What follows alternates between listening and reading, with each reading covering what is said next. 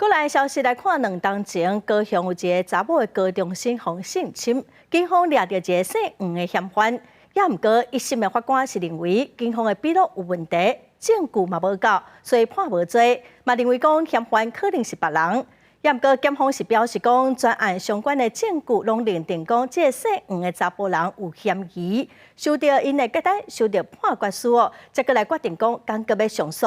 也毋过警方目前是搁还无回应。扣得的相关证物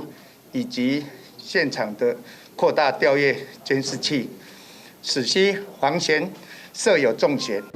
2当前女高中生要读册路中，互人掠去轻关，引起着社会关注。警方锁定黄姓男子，快速来宣告破案，专案移送高雄地检署侦办。只是男子伫咧检警侦办的时阵认罪，法院审判的时阵却坚持无做。法官嘛发现警方问案的时阵有讲到，因若无认罪，厝内人会互牵连，会互拐起来，等等恐吓的话，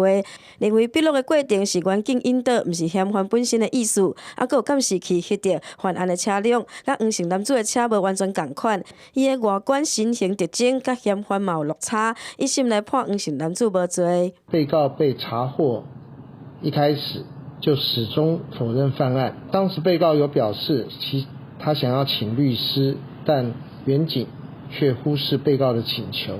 判决嘛显示，凶手可能是另外一个人，敢是念毋着人。专案疑点真济，而针对着法官认为警方笔录有起角，警方目前也无回应。不过法界认为，这是因为已经违反着刑事诉讼法第98条的相关规定，才会认定这个自白的证据无够。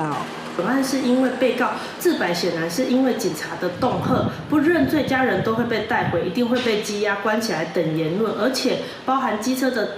特征不同，手套没有 DNA 等，这种无法与事实相符。法官甲审理中对证据的认定无共款，高雄地检署回应会伫咧收到判决书了后，才来研议敢要上诉。记者王刘婷、陈显坤报道。